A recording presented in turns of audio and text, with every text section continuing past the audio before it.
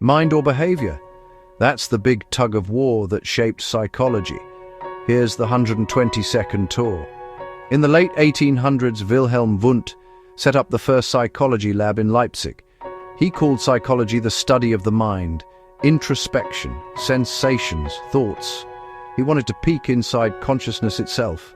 It was careful and structured, but it relied on people reporting what they felt. Then the 1910s and 20s crashed in with John B. Watson. He flipped the script. Psychology is the study of behavior. If you can't measure it, don't call it science. Observe, predict, control, stimulus and response. No guessing about invisible thoughts. Watch what people do. Today, I don't have to choose. Modern psychology is the scientific study of mind and behavior. Brains, bodies, thoughts, actions, neurons. Narratives, we use experiments, brain scans, surveys, stats, cognitive science, neuroscience, social psychology, developmental psychology, memory, emotions, habits, mental health. The field is a bridge. Quick check. Why does this matter? Because the questions are human. How do I learn?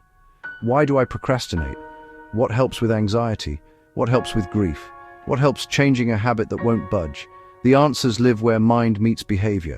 Now the job titles everyone mixes up. Psychologist versus psychiatrist. A psychologist is trained in psychology, usually a PhD or PsyD. Assessment, therapy, research, they run tests.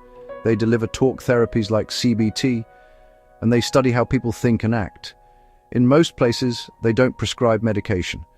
A psychiatrist is a medical doctor, an MD or equivalent, who specialized in mental health. They can prescribe medication, order labs, and consider how the body and brain chemistry affect symptoms. Many also do therapy, but their core training is medical. So, if you're after therapy or testing, you might see a psychologist.